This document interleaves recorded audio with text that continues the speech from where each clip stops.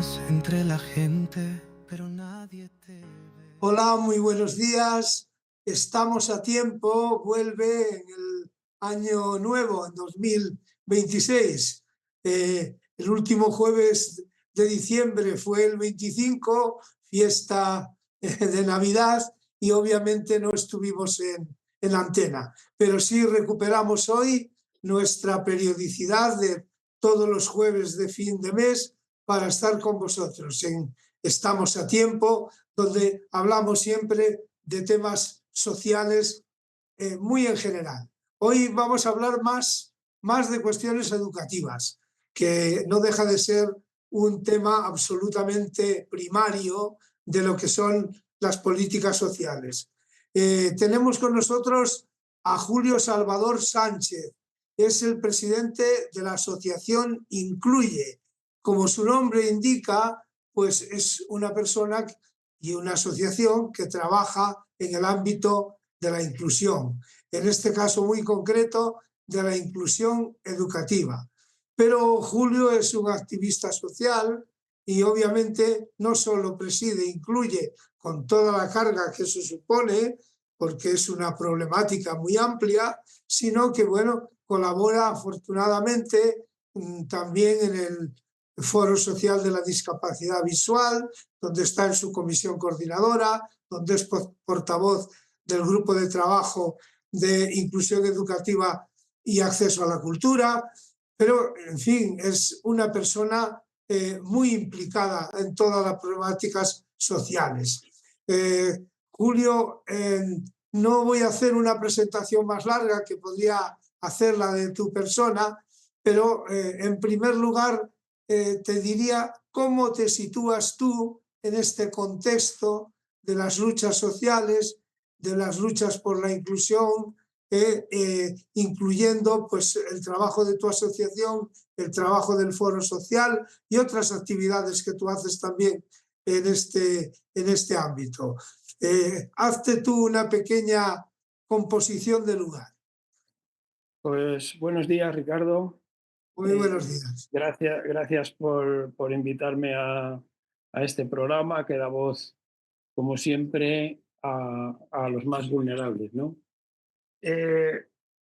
Mi labor, desde que dejé de trabajar en lo que era el trabajo eh, previo a la jubilación y demás, pues se empezó a delimitar en base a lo que era el sistema educativo. Yo tengo una hija con discapacidad visual, una hija ciega. Yo durante todos estos años he visto que había muchas carencias en el sistema educativo y, pues bueno, la primera idea fue aprovechar una asociación que ya teníamos montada, que era Incluye, pues para revitalizarla y darle la importancia que tiene, ¿no?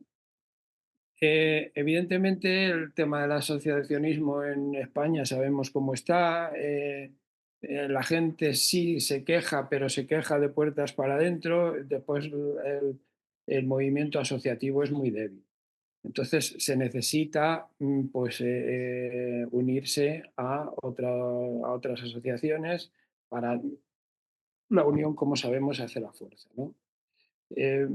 Bajo este paradigma, pues me he unido a lo que, o nos unimos como asociación, a lo que es el Foro Social de Discapacidad Visual, que pues bueno, se mueve en el entorno de la discapacidad visual y demás, sin dejar pues otra serie de asociaciones, como puede ser la Asociación del Barrio, del Pasillo Verde Imperial, ¿no? Que tiene mucho movimiento, y otro tipo de asociaciones en las cuales pues vamos pidiendo, bueno, más que pedir, vamos reclamando que pues se solucionen toda una serie de problemas que sabemos que existen y que los políticos, pues desgraciadamente, a los que los políticos desgraciadamente pues no le hacen frente.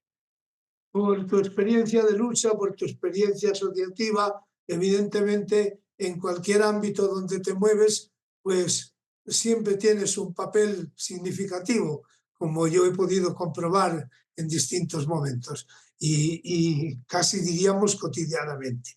Pero ahora vamos a ir un poco más porque hoy te hemos invitado aquí, sobre todo como presidente de la Asociación Incluye, que nos cuentes cómo surgió Incluye y cuál es, diríamos, su composición social actual y sus actividades más relevantes. Incluye, Sí, bueno, Incluye es una asociación relativamente pequeña, porque afortunadamente la discapacidad visual apenas afecta a los niños, ¿no? La discapacidad visual va con los años, según la gente se va haciendo mayor, va afectando más, pero a los niños, afortunadamente, y porque también la medicina ha ido mejorando, los problemas de discapacidad visual son menores. Lo que quiero decir es que somos una asociación pequeña,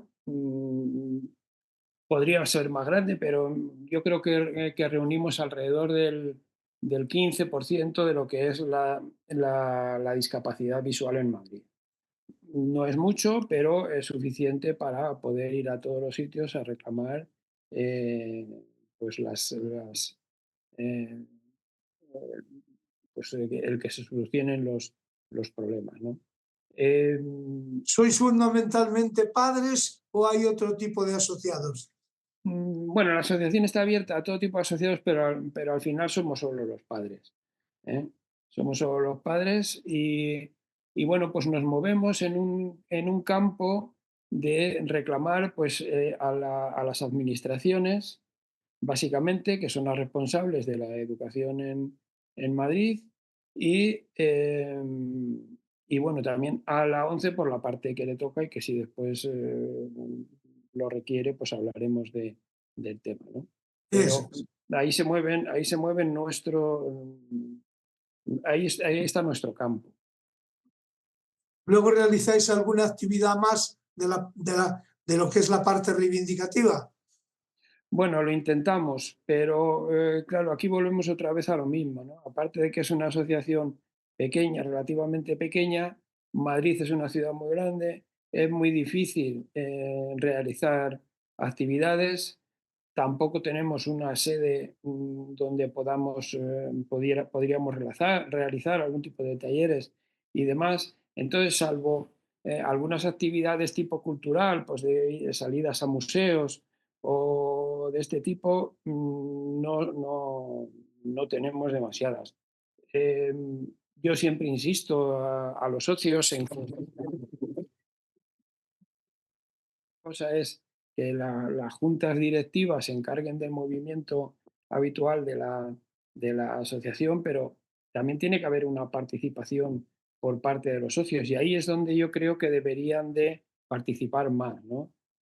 Ya que han delegado lo que es el sistema de gestión o que delegan normalmente el sistema de gestión de la asociación, pues mover el tema pues del hobby, por decirlo de alguna manera, ¿no? De las actividades estas culturales o extraescolares que muchas veces son tan necesarias. Muy bien. Ahora te voy a hacer una pregunta que es clave en lo que es nuestro encuentro de hoy. Tú eres una persona afectada por el problema por el tema de la inclusión educativa, porque no hay que verlo nunca como mayor problema que otros, ¿no? Sí.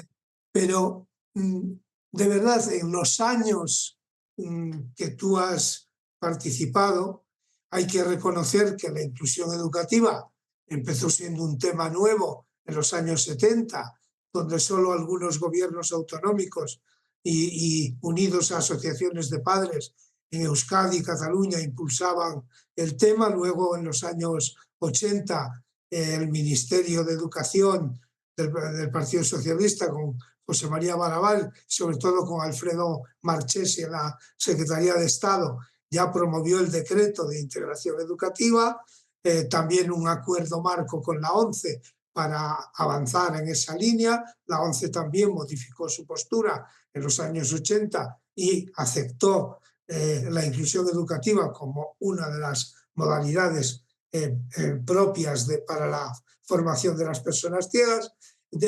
quiero decirte, ¿cuál es, dentro de ese desarrollo que ha sido, pues a veces a tirones, ¿no? ¿Cuál es tu experiencia de la inclusión educativa globalmente?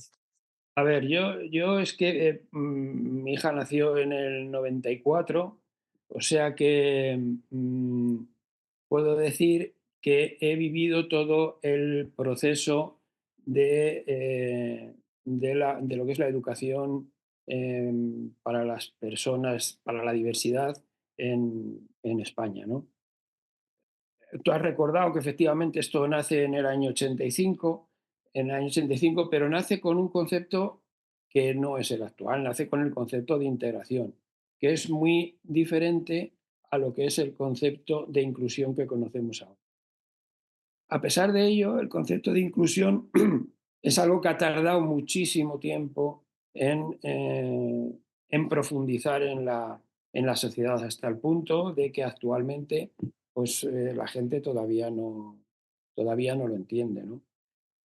Durante todo este proceso pues, ha habido que luchar por la falta de recursos, tanto en el periodo en el que nos hemos referido como integración, hasta el periodo más actual, que es ya en el que nos encontramos inmersos, que es en el tema de la inclusión, pero que está costando muchísimo trabajo el que llegue realmente al alumnado. Claro, es que aquí tendríamos que saber el marco en el marco legal en el que nos movemos, ¿no? Porque por una parte tenemos lo que es la LOMLOE, la nueva ley de educación, que realmente, aunque aporta unos conceptos muy novedosos y muy importantes, como es la accesibilidad universal y como es el diseño universal de aprendizaje, sin embargo, no deja de ser una ley antigua que remendada, por decirlo de alguna manera. ¿Qué pasa? Que mm, hay muchísimas referencias dentro de lo que es el sistema educativo a la adaptación. La adaptación en sí es un enemigo de la inclusión, porque cuando tú adaptas algo quieres decir que no has pensado previamente en ello, no lo has diseñado. Entonces, no podemos decir que la ley como tal, a pesar de que tenga 2, 3 años, sea inclusiva, o sea inclusiva hasta el punto en que todos desearíamos, ¿no? Pero bueno, sí es verdad, como os he dicho, que hay unos conceptos que se han incorporado y que son básicos para el nuevo sistema educativo y para el que todos queremos, ¿no? Y después tenemos, perdón, tenemos lo que son las leyes autonómicas, la ley que son consecuencia de esa LOMLOE, ¿no? La primera vaya hombre, fue lo que se conoció como ley maestra, que no era un buen punto de partida porque, entre otras cosas, tenía muchísimas formas de matriculación, por decirlo de alguna manera. ¿eh? Había hasta 5 y 6 formas, creo recordar, en los que los alumnos llegaban a los colegios, lo cual eso evidentemente segregaba al alumnado, que es contrario totalmente al, a lo que es la inclusión, ¿no? Yo creo que eso se arregló después con el decreto ley de diversidad, no recuerdo muy bien cómo se llamaba ahora mismo, pero tiene un nombre bastante largo, pero que ya lo que hacía referencia era precisamente, ¿Este es autonómico o estatal? sí, es autonómico también. Cada comunidad autónoma tiene que hacer sus propias regulaciones y el de Madrid, pues que creo que salió hace un año, año y medio, eh, pues sinceramente estaba bastante bien. Entre otras cosas, ¿por qué?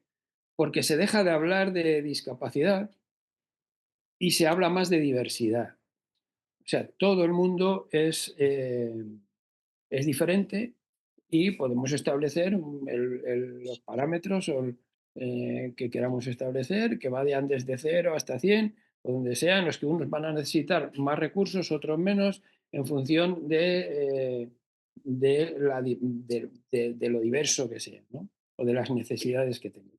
Entonces, ese decreto creo que es positivo. Entonces, este es un poco el marco en el que nos estamos moviendo actualmente, ¿no? Que tiene sus pros y sus contras, pero que nos está permitiendo, por una vez, avanzar, porque tenemos algo a lo que agarrarnos. El decreto este de diversidad, por ejemplo, hace referencia a algo que nosotros hemos pedido durante mucho tiempo, que es lo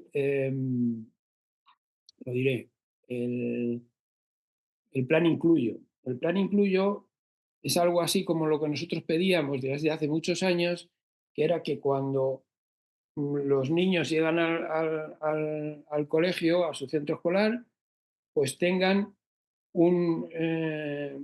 por decirlo de alguna manera, todos los recursos que necesitan y todas las necesidades todo lo que necesitan satisfechas, ¿no?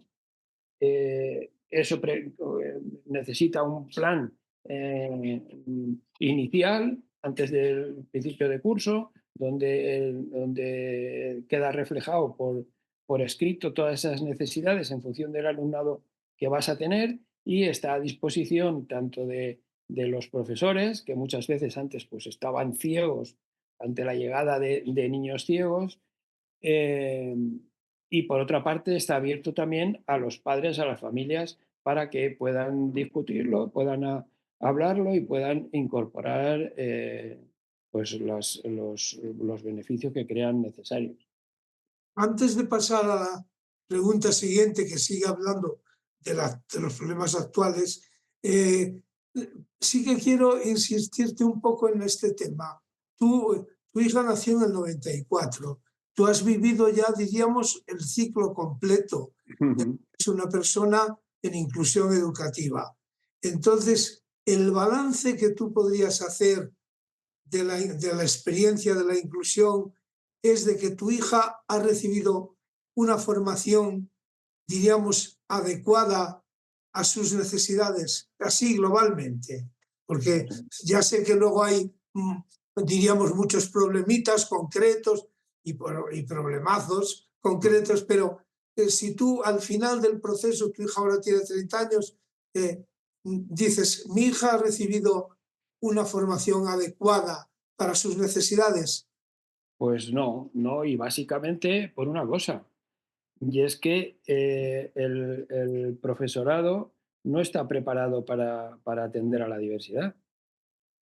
Entonces, si partimos de esa premisa, es imposible que el alumnado esté, tenga, o sea, pueda salir preparado, ¿eh? Entonces, mm, a medida que han ido pasando los años, los profesores se han ido concienciando que era su responsabilidad.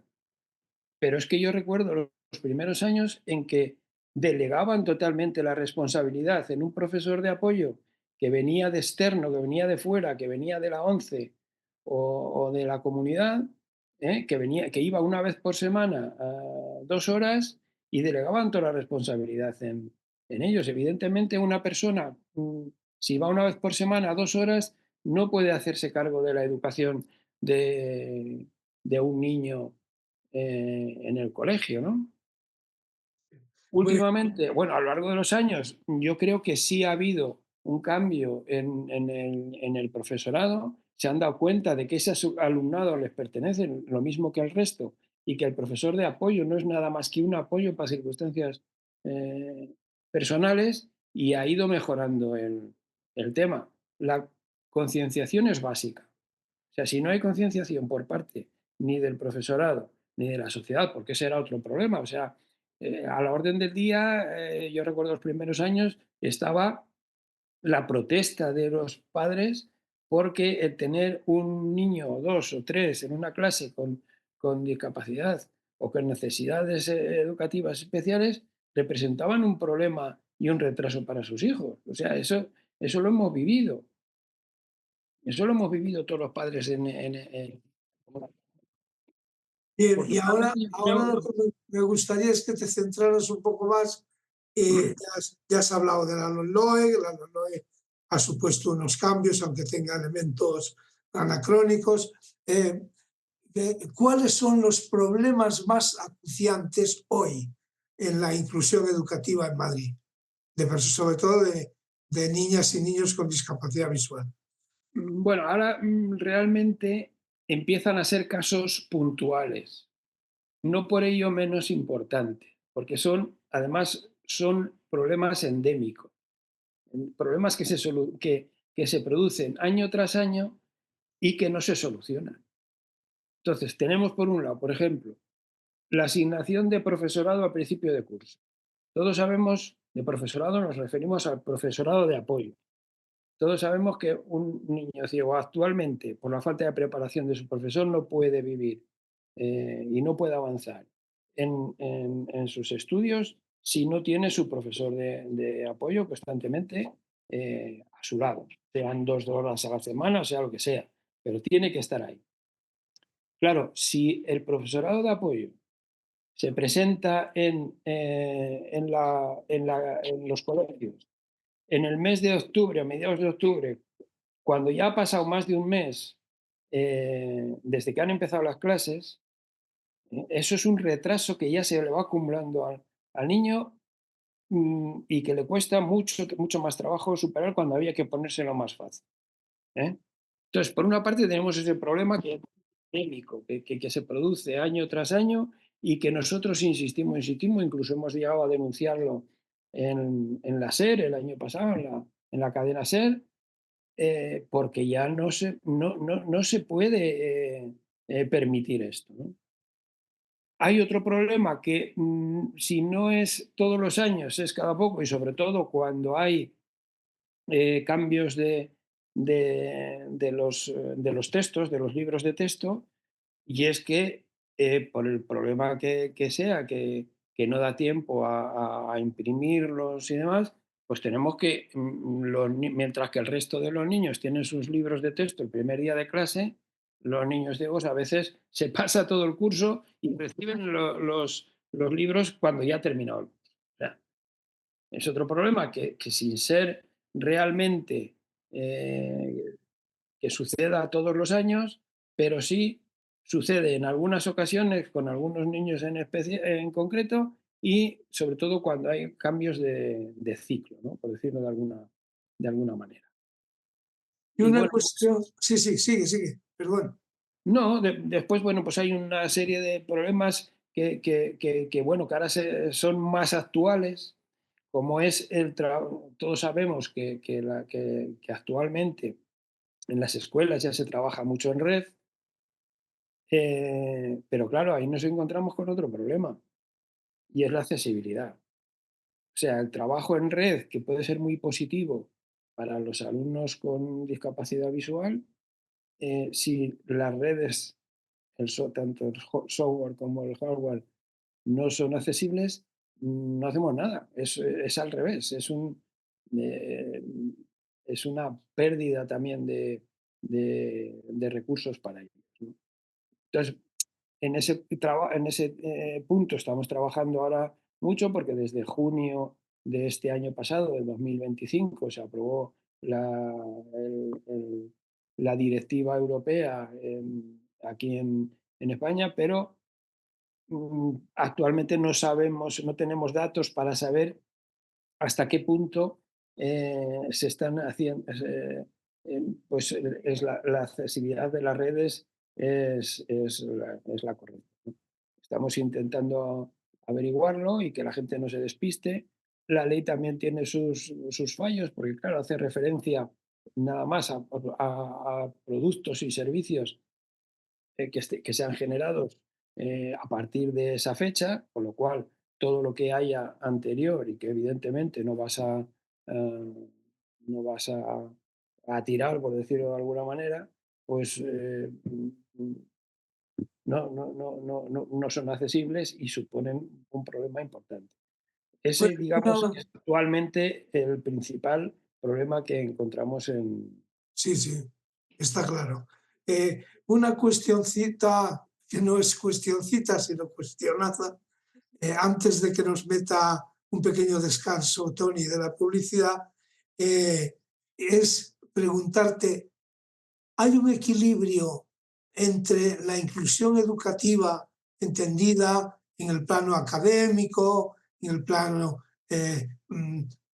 pedagógico, con lo que es la inclusión social, es decir, la integración del niño y de la niña en el centro con sus compañeros, etcétera? Pues, hombre, en mi caso en concreto, por lo que conozco, no existe realmente esa inclusión. Ni existe en el sistema educativo, en el centro escolar, y por supuesto, si no existe en el centro escolar, eso no llega después a la sociedad. Es verdad que al haber varios grados de discapacidad visual, cuando existe un resto visual, es más fácil esa inclusión, ese acercamiento, porque claro, ya, entonces la persona con esa discapacidad tiene algunos recursos más que la hacen acercarse a la sociedad, ¿no? Porque al final la sociedad no se acerca a ellos, que es lo que tendría que pasar, que es lo que sería la verdadera inclusión. Al final, mm, tienen que ser las personas que tienen este problema los que se acerquen a la sociedad. Claro, los que tienen un resto visual, pues se acercan y pueden irse poco a poco integrando e incluso pueden llegar a tener una cierta inclusión. Los ciegos totales es muy difícil. Y yo la experiencia que tengo es que los ciegos totales se relacionan entre ellos, ¿eh? Pero no alcanzan realmente a tener una inclusión con el resto de la sociedad. Bien, Y pues eso solo se lo... hacemos un solo- paréntesis y ahora mismo continuamos. vale. El sabor auténtico de Jaén lo tenemos en los aceites de la marca Jaén Natural. Auténticos olivos que son fuente de salud. Añade un chorrito de aceite a tu vida y saborea lo mejor del campo en tu mesa. Ofrecemos a nuestros clientes aceite virgen extra con la más alta calidad del mercado. Llama al 91 813 64 57 y aprovecha nuestra oferta especial de aceite virgen extra con entrega gratis en tu casa. Di que llamas de parte de Radiodiversidad. Conoce nuestro aceite en Jaén Natural. www.jaennatural.es. Recuerda llamar al 91 813 64 57. Pues aquí desde Radio Diversidad estamos a tiempo y hoy dialogamos con Julio Salvador Sánchez, presidente de la asociación Incluye y otras muchas cosas. Efectivamente estabas planteando, Julio, un tema que creo que es conveniente que nuestros oyentes tengan claro, y es que hoy día la discapacidad visual tiene un amplio espectro. Por un lado está la ceguera total, que cada vez afortunadamente es menor en número.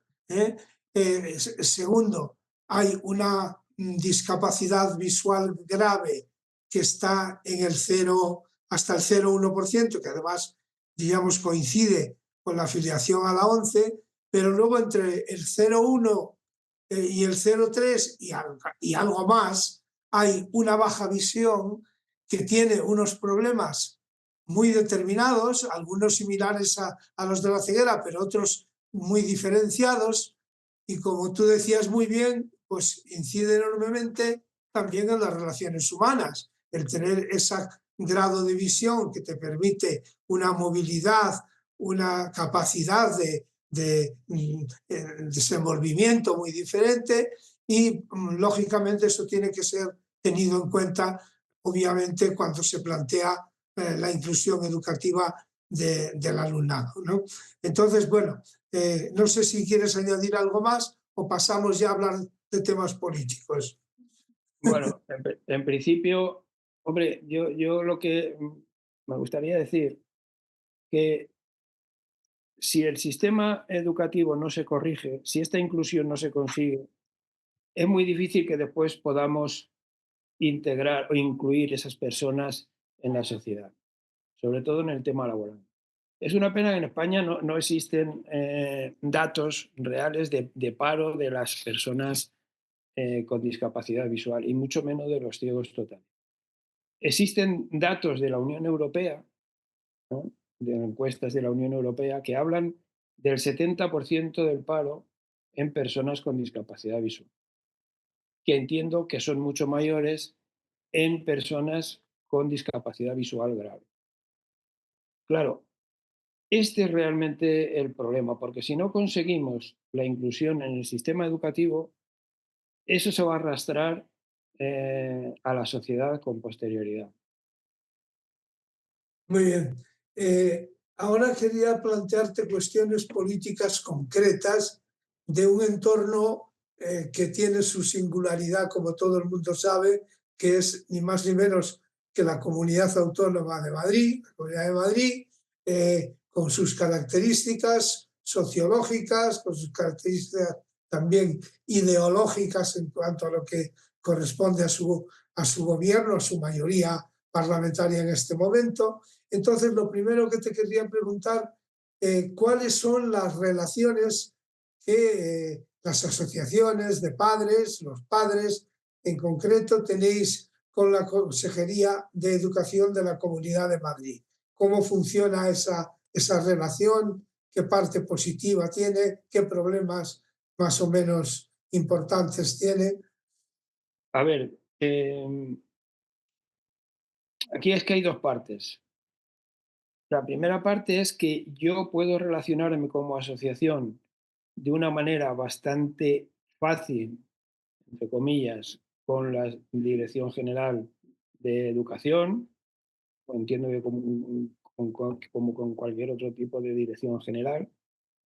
Afortunadamente, las instituciones se abren bastante a las asociaciones y yo puedo conseguir perfectamente una reunión, ir y contarle mis problemas, decirle lo que falla, decirle lo que falla continuamente y que son, como decíamos antes, problemas endémicos, contarle, por decirlo de alguna manera, todas mis penas y ellos me escuchan, me van a escuchar, me van a dar la razón o se van a disculpar en casos determinados.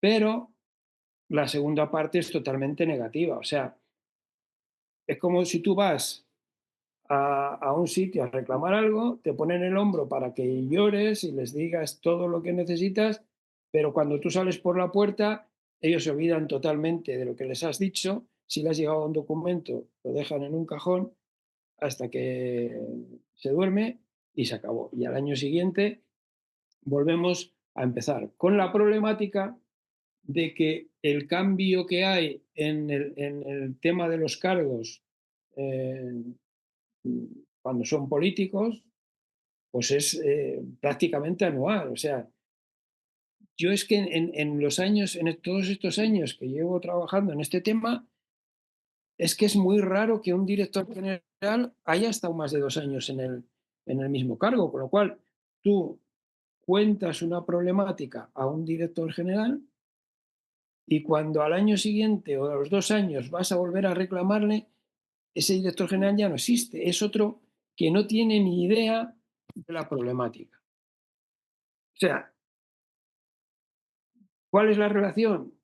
Pues te escuchan, pero nada más. O sea, no te resuelven, nunca te van a resolver un problema. Bueno, y en concreto damos un pequeño giro y te pregunto, ¿y las relaciones con la ONCE en cuanto a los apoyos reales a la inclusión educativa? Porque la ONCE ha tenido un proceso bastante complicado en este tema. Por una parte, al principio rechazó la integración educativa cuando la promovían las asociaciones de padres de algunos territorios, ya lo hemos dicho antes, Euskadi, Cataluña, en Madrid incluso, y sin embargo, pues cuando llega el Partido Socialista al gobierno y hay un cambio democrático en la ONCE, bueno, que no, fue un poquito antes con UCD, pero coincide más o menos la entrada del gobierno democrático en la ONCE y del gobierno socialista, y hay un giro en la cuestión de la educación integrada, que se llamaba entonces, y se establece en la ONCE lo que se llama la doble modalidad. Perduran los colegios, pero se convierten en centros de recursos que, por una parte, atienden a la parte colegial, que es centro específico, y por otra parte apoyan a la inclusión educativa, la integración educativa que decíamos en aquel momento. Pero luego la ONCE dio otro giro y fue a principios de los 90, más o menos, donde dicen, bueno, no, vamos a optar por la inclusión. Creo que fue más una decisión económica que pedagógica, porque el proceso debía haber sido un poco más lento para asegurar bien los pasos, ¿no? Pero en todo caso, la ONCE al final ha optado por la inclusión y ya lo que queda de educación específica es residual y para situaciones muy puntuales. Entonces, ¿cuál es la relación que tenéis hoy con la ONCE respecto a estos apoyos a la inclusión educativa? Pues nos pasa un poco lo mismo. Es decir, la ONCE te recibe, sea en el mando intermedio o sea el director general. No hay problema para conseguir una reunión y contarle los problemas. Pero nos pasa exactamente igual. O sea, nosotros vamos a una reunión para resolver problemas y vamos siempre al mismo. Punto número 1. Asignación de profesorado a principio de curso. Punto número 2. Libros, impresión de libros Braille. Punto número 3. Accesibilidad en redes, tal. Año tras año, año tras año, y tú ves que eso no se resuelve. Aquí tenemos un problema más de fondo, y es que, como tú sabes, aunque la responsabilidad del alumnado con discapacidad visual eh, es de la Consejería de Educación, de hecho hay un convenio firmado entre ONCE y Comunidad de Madrid. Digamos que ese ente que se forma ahí es al final el responsable de la educación de estos niños. Aquí pasa, como dice el refrán castellano, casa con dos puertas, mala es de guardar, ¿no? Pues aquí pasa eso. Cuando hay dos partes que tienen intereses económicos y no económicos, en algunos casos desconocidos, en el tema, es muy difícil que funcionen. Cuando uno está acusando, la ONCE culpa a la comunidad de unos problemas y la comunidad culpa a la ONCE de otros, y no se ponen de acuerdo, y esto pasa año tras año, algo falla. Falla y sobre todo falla básicamente lo que es el convenio en sí. O sea, el convenio no deja de ser un papel en el cual tendría que estar registradas pues una serie de fechas, una serie de cantidades, una serie de repartos de profesorado, etcétera, etcétera. Pero al final tú te lees el convenio y lo único que hace referencia a ese convenio es procuraremos, tendremos en cuenta, registraremos. O sea, es papel mojado. Y como es papel mojado, ninguna de las dos partes se puede agarrar a él para reclamarle al contrario qué es lo que no está haciendo bien o qué es lo que está haciendo bien. Al final de esta lucha, de esta pelea que tienen constantemente, ¿quién es el perjudicado? Pues siempre el mismo, el niño. Y esa es la situación que tenemos pues, permanentemente. Y en ese contexto, ¿cómo valoras tú la coordinación que existe en el equipo específico, que solo es uno? Por ley solo es un equipo para atender a la discapacidad visual, a la ceguera y discapacidad visual en educación. Claro. ¿Cómo funciona esa coordinación habiendo ese problema de poco entendimiento, digamos? Claro, ahí es donde está el tema. ese equipo, el equipo de orientación, está bajo una dirección que depende directamente de la Dirección General de Educación, que nos consta que hace grandes esfuerzos porque esto funcione, pero que después, por los motivos que antes he dicho, de que mm, yo lo entiendo como el que yo pongo más que tú pones menos que yo.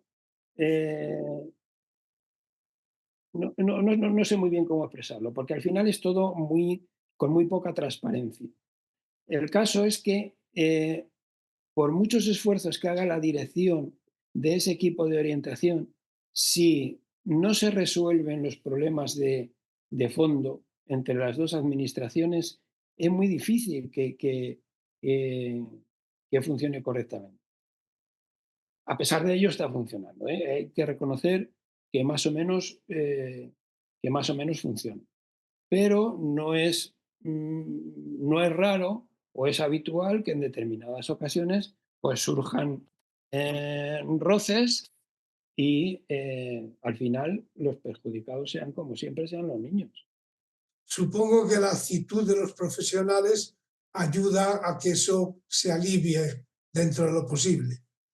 Claro, hombre, los profesionales, yo los que he conocido, te podría decir que no tengo queja de prácticamente de ninguno.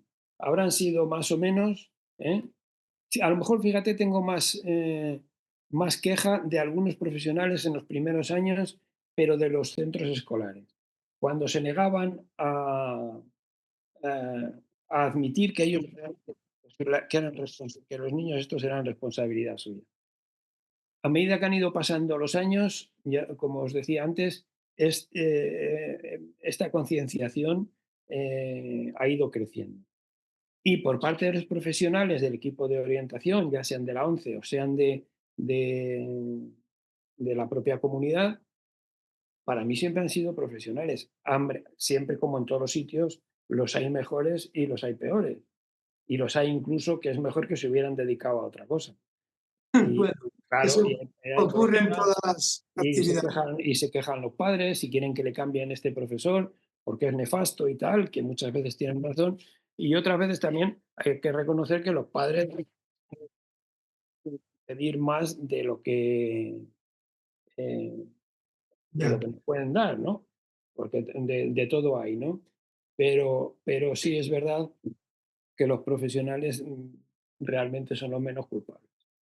Bueno, Los culpables son necesariamente, Julio, vamos a ampliar un poco la perspectiva, porque tú estás ubicado fundamentalmente en el ámbito territorial de Madrid, la asociación incluye lo mismo, pero obviamente la inclusión educativa es un problema en todo el Estado.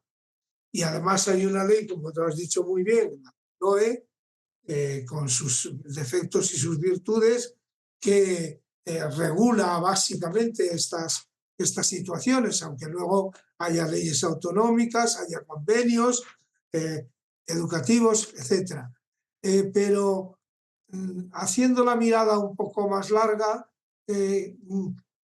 ¿cómo plantearías tú mejoras en la LOE de manera, incluso aplicaciones sobre lo que hay ya escrito en la LOE, para que esa situación general de la inclusión mejore?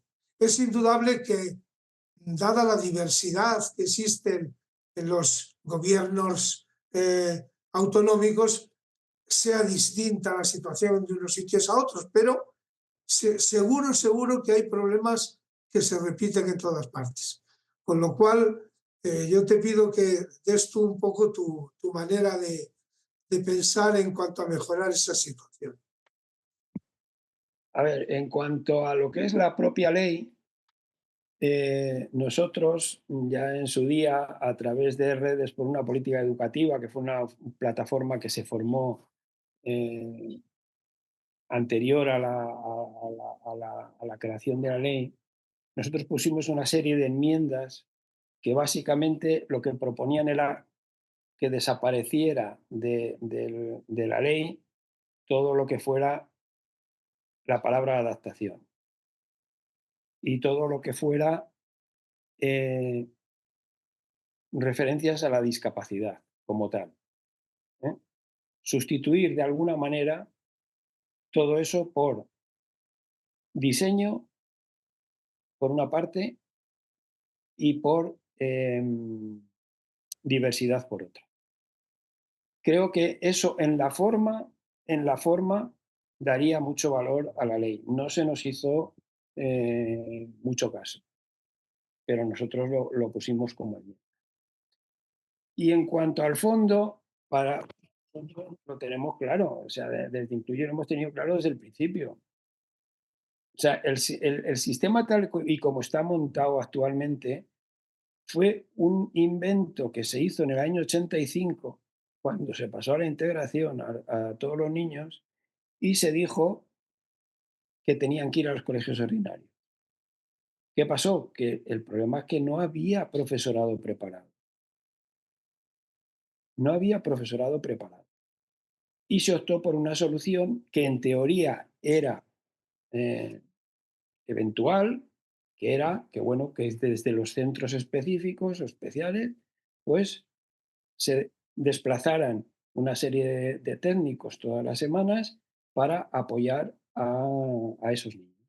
¿Qué ha pasado? Pues que han pasado 40 años y seguimos con ese sistema provisional, que es un fallo, que es el fallo realmente del sistema. El año pasado empezó, a partir de la publicación de la ley, yo creo que esto afectaba también a lo que es la preparación del profesorado y sabemos que se están formando los profesores, se están formando en las universidades para atender a la diversidad, ¿eh?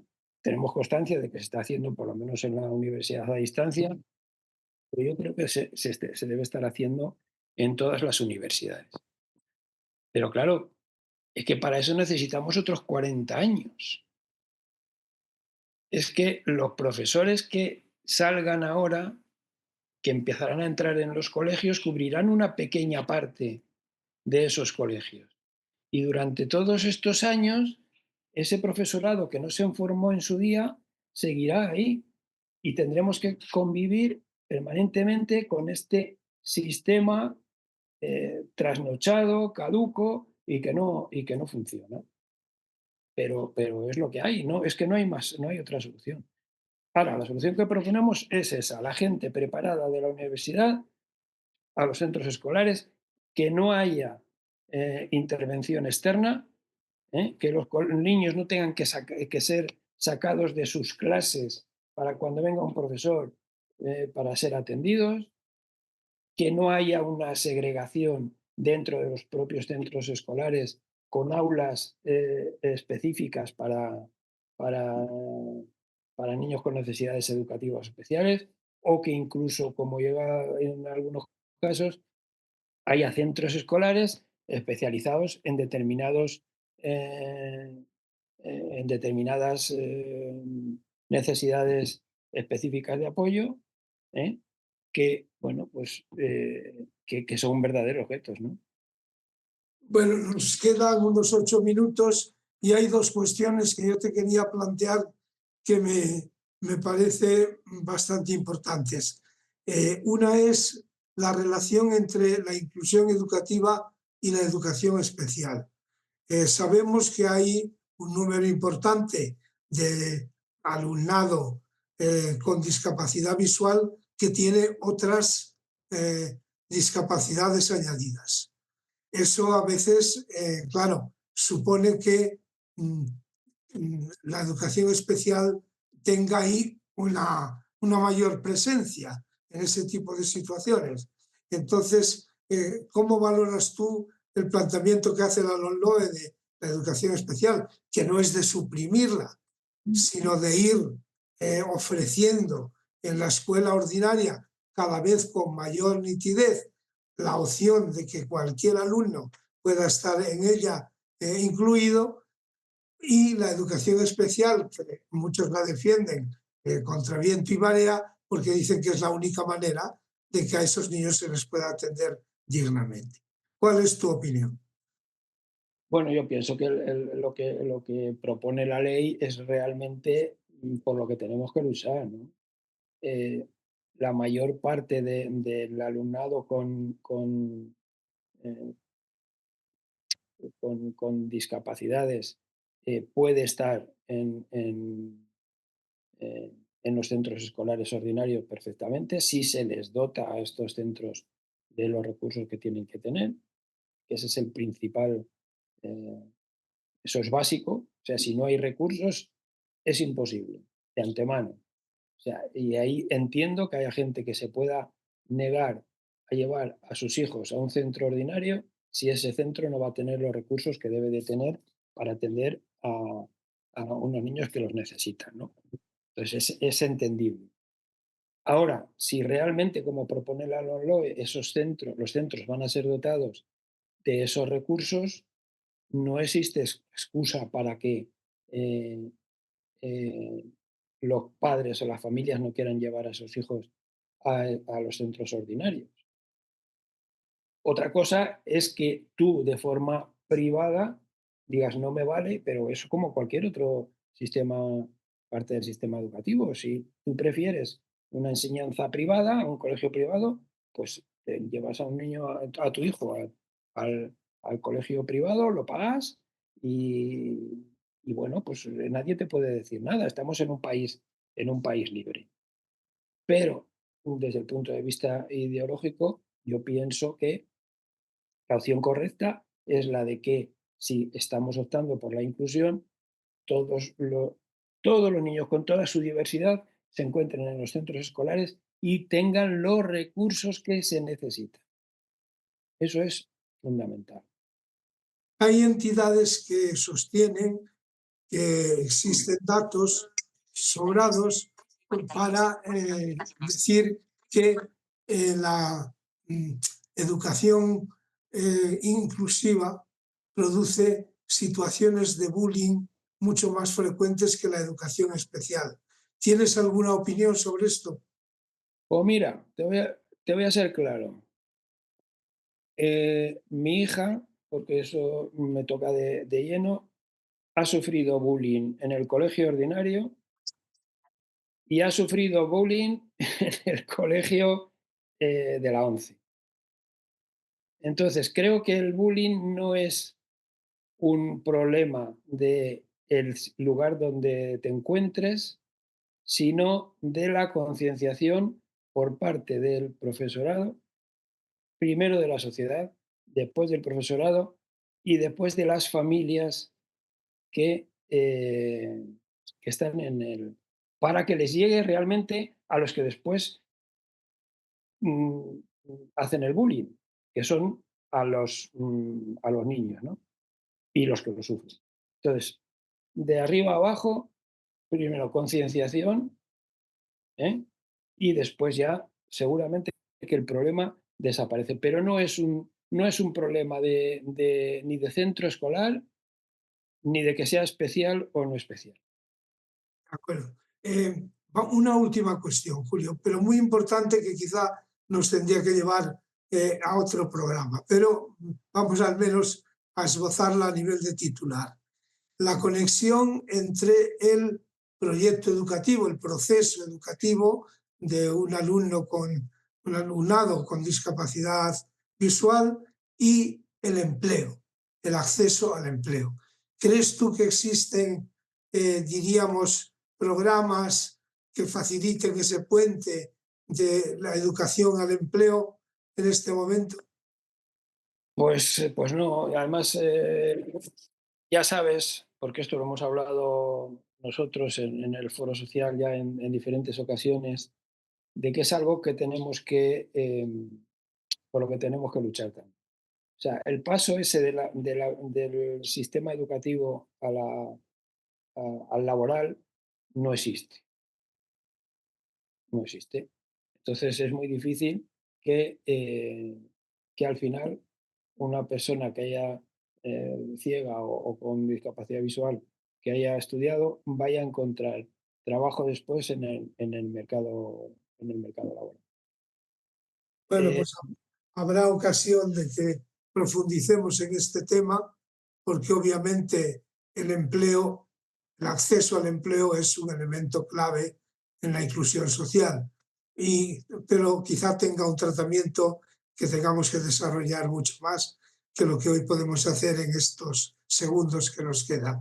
Así que darte las gracias, Julio, por tu presencia. No será la última vez que te molestemos, pero hoy hombre, molestarme has dejado aquí sobre el tapete no.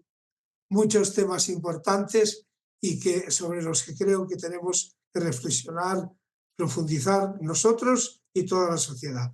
Así que muchas gracias y desde Estamos a Tiempo, un saludo a toda la escucha y hasta el mes de febrero.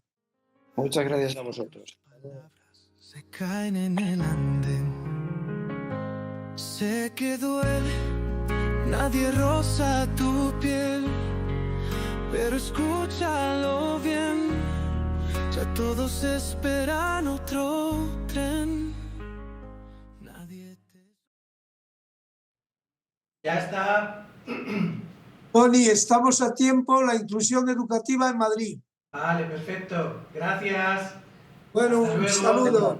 Hasta luego. Chao, Julio. Hasta luego, Ricardo. Hasta la tarde. Hasta la tarde, es verdad, que tenemos ahí movida. Venga. Eso es. Hasta luego. Hasta luego.